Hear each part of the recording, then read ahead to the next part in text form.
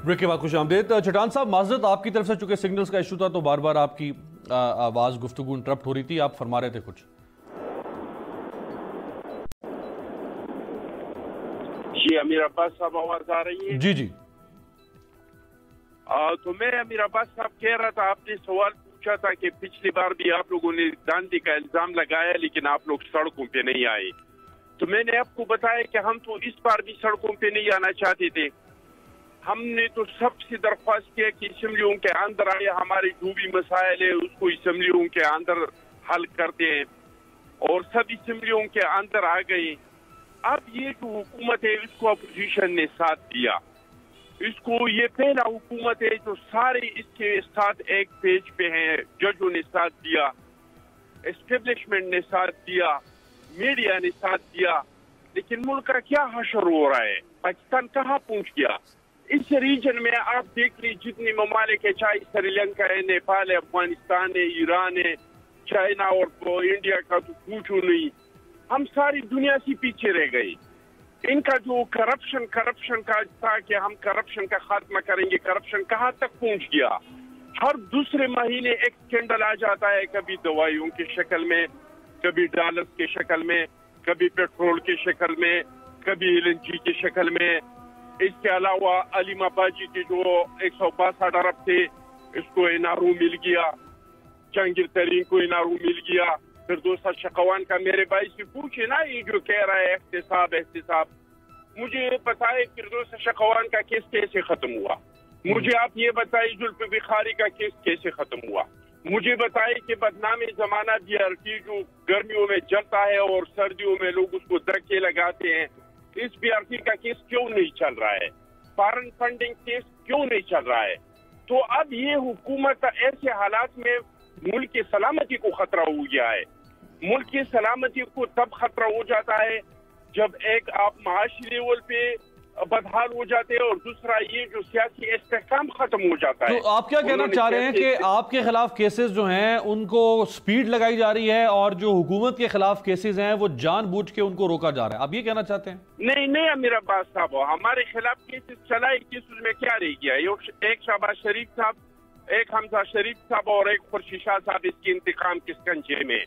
बाकी तो जिन लोगों पे इन लोगों ने इल्जामात लगाए थे वो तो सारे अदालतों ने छोड़ दिए, और अदालतों ने इसके साथ जो वर्डिक्ट दिया और जो कमेंट्स दिए कि ये नेब का इदारा तो इंतकाम के लिए बना है, वो तो सारी छूट गई। नहीं, लेकिन उसमें चट्टान पे उसमें एक फर्क है, उसमें चट्टान पे एक फर्क है, वो उनको जमानतें मिली हैं सुप्रीम कोर्ट से या हाई कोर्ट से, उनको बरी नहीं किया गया। वो सारे चाहे ख्वाजा साद रफीक है, मैं यही कह रहा हूँ ना कि जमानत उनको मिल गई। अगर अब जो जमानत दे रहे हैं इसके साथ आप जजों के अल्फाज, सुप्रीम कोर्ट के मुअज़्ज़ज़ जजों के और हाई कोर्ट के मुअज़्ज़ज़ जजों क्या कह रहे हैं इनके बारे में?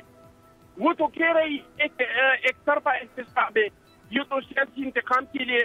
और मैं एक आखिरी बार कहूँ मेरे भाई को, वो शर्म वाली बात है कि 2.5 साल गुजरने के बाद कि आप लोग करप्शन के इतना वावेला कर रहे थे अपोजिशन के खिलाफ, लेकिन अभी तक एक बंदे को सजा नहीं हुई, एक बंदे को। और आप लोगों को शर्म नहीं आती कि फिर भी आप कहते हैं कि हम एहतिसाब और ये करप्ट और ये राइट। ये बड़ा पर्टिनेंट क्वेश्चन है फरूख हबीब साहब। आप लोगों को शर्म नहीं आती है हुकूमत को कि आप लोगों ने 2.5 साल से एहतिसाब चोर की रट लगाई हुई है, गर्दान पड़ रहे हैं, सजा तो एक बंदे को नहीं आप दिलवा सके?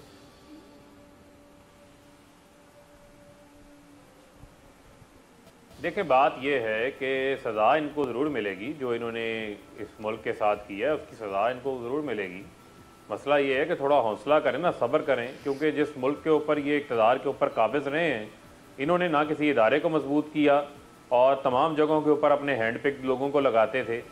आप मुझे ये बात बता दें ना, वो ओमनी ग्रुप जिसकी 2008 के अंदर सिर्फ 10 कंपनियाँ थी, आज वो ओमनी ग्रुप सैकड़ों कंपनियाँ बना के बैठा हुआ है। जिसकी एक शुगर मिल थी, उस ओमनी ग्रुप की आज 11 शुगर मिलें हैं। आज जो है वो 14 अरब रुपए की सिंध से गंदम चोरी हो जाती है, उसका सिंध हुकूमत हिसाब नहीं ले सकती। कराची को कचरे का ढेर बना दिया, कराची के लोग पानी को बूंद बूंद को तरस रहे हैं। 250 अरब रुपया कराची से जमा होता है, 12 साल से मुसलसल इनकी हुकूमत है कराची में। अब सुन लें ना, ज़रा हौसला रखें, ठीक है? मुझे ज़रा आपको आईना दिखाने दें। मामला ये है کہ چل اب جلسہ ہونے جا رہا ہے جی، اب کیا بدلتا ہے آسمان رنگ کیسے کیسے، کہ جس گھڑی خدا بخش کے اوپر بلاول کھڑے ہو کر کہہ رہے تھے کہ نواز شریف جو ہے وہ غدار ہیں، مودی کے یار ہیں، کل اسی گھڑی خدا بخش کے اوپر جا کر جو ہے وہ نواز شریف جو ہے وہ محب وطن بن جائیں گے۔ ان کا مسئلہ یہ ہے کہ یہ تمام چوروں کا گینگ اکٹھا ہوا ہے۔ آصف علی زرداری کو جعلی اکاؤنٹ نہیں بنائے، جن کے ساتھ آج آپ بغل گیر ہوئے ہیں، جنہوں نے آپ کو سڑکوں پہ گھسیٹنا تھا، انہوں نے بنائے ہوئے ہیں۔ 2016 میں یہ فیک اکاؤنٹ کیس چودھری نثار نے شروع کیا تھا، اس وقت وزیر اعظم نواز شریف تھے۔ ڈاکٹر عاصم حسین کو اس وقت 457 ارب روپے کی کرپشن پر ہتھ کڑیاں لگی تھی، شرجیل نام میمن اس وقت پکڑے گئے تھے۔ آج اگر آصف علی زرداری پوری دنیا کے اندر مشہور ہے کہ آصف علی زرداری کا کیا کردار ہے، کس طرح اس ملک کو انہوں نے لوٹا ہے، ملک کو لوٹ کھسوٹ کے کھا گئے، الٹا چور کوتوال کو ڈانٹنے والی بات ہے۔ ان کا معاملہ یہ ہے کہ سندھ کے اندر ان کو اقتدار ملا ہوا ہے، وہاں پر جو ہے وہ لاڑکانہ کے بارے میں عدالت کی ریمارکس تھی کہ ڈینڈ ساتھ گھر چھوڑ دیتی ہے، وہاں پر کتا کاٹ لے تو کتے کاٹنے کی ویکسین جو ہے وہ لوگوں کو نہیں مل رہی، صرف اور صرف ان کی نااہلیوں کی وجہ سے اس ملک کا جو ہے وہ جس طرح بھٹا انہوں نے بٹھایا ہے، اس طرح کی تو مثال کسی جگہ کے اوپر ملتی ہی نہیں ہے۔ آج صرف اور صرف ایک ان کا مقصد ہے کہ کسی طریقے سے جو ہے وہ ہمیں NRO مل جائے۔ آپ بتائیں نا، یہ بلاول کی کیا دنیا کے اندر کسی جگہ کے اوپر کوئی نوکری چاہیے ہو تو وہاں پر آپ کو کوئی سیاسی تجربہ مانگتے ہیں، کوئی آپ سے کوئی ایکسپیرینس مانگتے ہیں۔ یہ بلاول کا کیا ایکسپیرینس ہے، یہ مریم کا کیا ایکسپیرینس ہے؟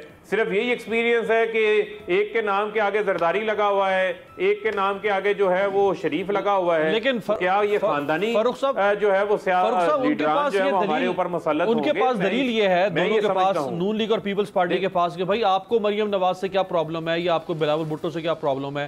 اگر لوگ ان کو منتخب کر رہے ہیں، لوگ ان کے اوپر اعتماد کر رہے ہیں، تو آپ کون ہوتے ہیں ان کو چیلنج کرنے والے؟ وہ کہتے ہیں لوگ ہمارے ساتھ ہیں۔ دیکھیں عوام سن لیں نا، دیکھیں عوام تو اعتماد جو ہے وہ کر ہی نہیں رہے۔ عوام نے اعتماد کیا ہوتا تو بلاول کو پی ٹی آئی کا وہاں سے ایک کارکن کھڑا ہو کے الیکشن ہرا دیتا وہاں سے لیاری سے۔ عوام نے تو اعتماد ان کے اوپر نہیں کیا۔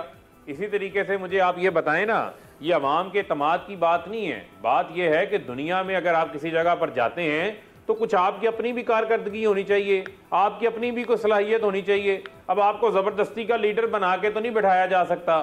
اور ہمیں جو کرپشن کے تانے دیتے ہیں ان کو یاد ہونا چاہیے کہ ان کے بڑے بڑے کیسز جو ہیں وہ ساری دنیا نے دیکھے ہیں، وہ سب کے سامنے ہیں، اور احتساب کا عمل آگے بڑھ رہا ہے، آگے بڑھے گا اور ان کو سزائیں بھی ہوں گی۔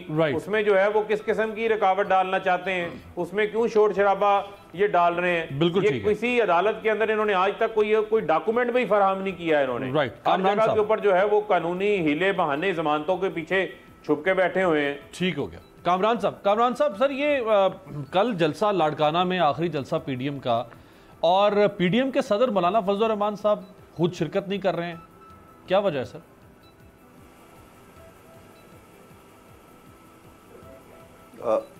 نہیں، ان میں میری موجودگی میں یہ حیدری صاحب کو کہا گیا تھا کہ حیدری صاحب نے اس میں جلسے میں جانا ہے، شاید ان کی کوئی مصروفیات تھیں، تو جو ان کے بعد نیکسٹ جو پارٹی کے اندر ہیں جنرل سیکرٹری جو ہے مرکزی جنرل سیکرٹری ہیں ان کو کہا گیا تھا، اور جنرل سیکرٹری جو سندھ سے ہمارے ان کو کہا گیا تھا کہ آپ نے وہ مطلب ان کو زور دے کے کہا گیا تھا کہ یہ آپ سب نے جو ہے ایک ڈیلیگیشن لے کے اور اس میں جا کے اٹینڈ کرنا ہے، تو کسی وقت بھی کوئی ذاتی مجبوری بھی ہو سکتی ہے یا کوئی اور کمٹمنٹ بھی ہو سکتی ہے، مگر اس میں جا رہے ہیں۔ اس جلسے میں کی نمائندگی ہوگی اور اعلیٰ سطح کی نمائندگی ہوگی۔ اچھا، کوئی ایسا تو نہیں ہے کامران صاحب کہ لاڑکانہ میں مولانا صاحب کا ووٹ بینک بھی ہے اور مدارس بھی ہیں، اور سومرو خاندان جو ہے وہ مولانا صاحب کا وہاں پہ بڑا سٹانچ ان کا فالوور ہے اور ان کی پارٹی کو لے کے چل رہا ہے؟ ابھی راشد سومرو صاحب، اس سے پہلے ان کے والد تھے، اور لاڑکانہ میں ہمیشہ JUIF نے پیپلز پارٹی کی مخالفت کی ہے اور پیپلز پارٹی کے اوپر کرپشن اور بیڈ گورننس کے الزامات لگائے ہیں۔ آج اسی لاڑکانہ میں اگر کھڑے ہو کے مولانا اور بلاول ساتھ کھڑے ہو جائیں گے تو پارٹی لوکلی ڈیمیج ہوگی، یہ وجہ تو نہیں ہے؟